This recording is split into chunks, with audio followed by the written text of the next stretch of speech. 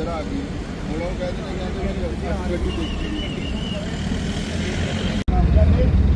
ਸਾਡੀ ਗੱਡੀ ਆ ਰਹੀ ਸੀ ਸਿੱਧੀ।